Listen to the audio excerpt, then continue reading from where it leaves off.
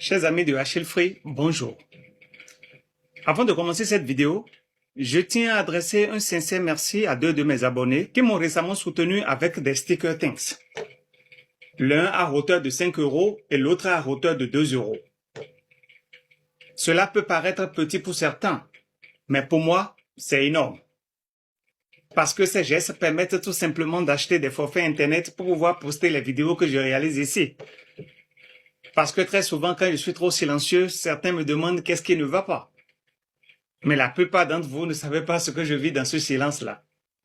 Alors, pour ceux qui, comme eux, souhaiteraient soutenir le travail que j'abats ici, ce travail citoyen que je fais ici, vous pouvez devenir membre de la chaîne en cliquant sur « Rejoindre » qui se trouve juste à côté de la photo de mon profil, ou faire défiler en cliquant sur « Thanks » qui veut dire « Merci », ou encore faire un don via mon compte PayPal dont le lien se trouve dans chacune de mes vidéos ici sur Achille Free.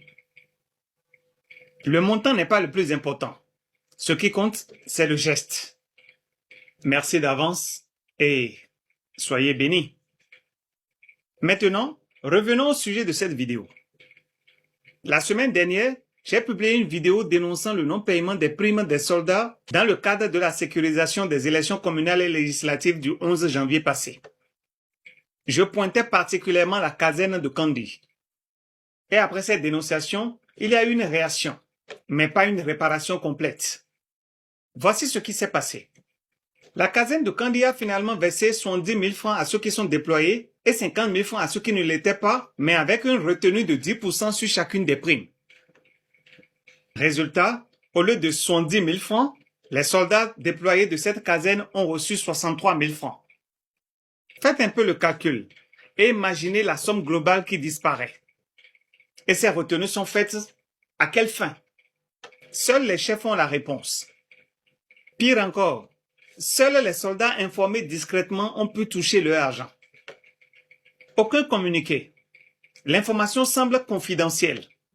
Aucune transparence. Et on devrait dire merci, car d'autres casernes n'ont strictement rien payé aux soldats, qu'ils soient déployés ou non. Leurs chefs hiérarchiques se sont simplement assis sur les fonds de ces soldats, sur les primes de ces soldats. Quand les soldats osent réclamer, on leur dit qu'il n'y a pas de réclamation de primes dans l'armée. Mais ces primes ont été promises et l'État central a bel et bien débloqué ces fonds. Parlons maintenant de la ségrégation dans notre armée. Puisqu'il existe aujourd'hui une forme de ségrégation interne dans l'armée de terre béninoise. On sélectionne arbitrairement qui mérite de recevoir et qui doit être oublié. Pourtant, les primes devraient revenir à tous les soldats, qu'ils soient déployés ou non. Exemple concret.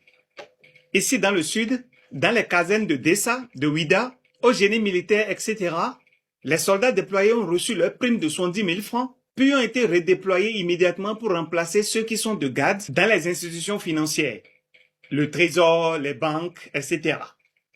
Mais ceux qu'ils ont remplacés, eux, jusqu'à présent où je vous parle, n'ont rien reçu du tout. Jusqu'à ce jour, ils n'ont rien reçu. Toujours le même scénario.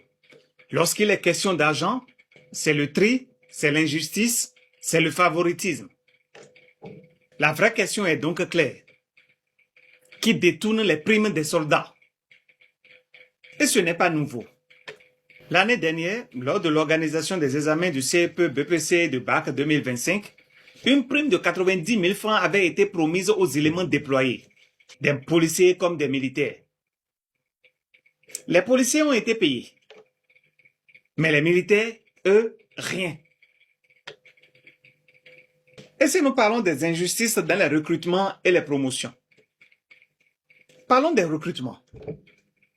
On recrute des militaires sur titre, puis on les divise en deux catégories. Les recrutés sur titre qui n'ont droit à aucun concours, aucune évolution pendant leurs 15 années de carrière. Et l'autre catégorie, ce sont les actifs. Eux, ils ont droit à 20 ans de carrière et à des concours internes. Donc, même catégorie au départ, mais pas les mêmes droits. Autre problème grave, la violation de leurs propres règles qui se sont eux-mêmes établies. Tenez, les soldats de la classe C22 ayant déjà accompli leurs 3 ans en 2025 sont laissés de côté. Pendant que ceux de la classe C23 qui devraient finir en 2026 portent déjà le galon de première classe. Pourquoi? Parce qu'ils seraient de la garde nationale?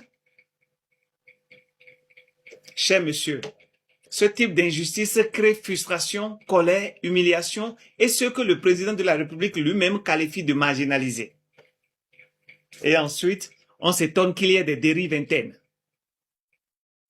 Le président parle de marginalisés frustrés. Mais qui fabrique ces frustrations? Qui fabrique ces marginalisés?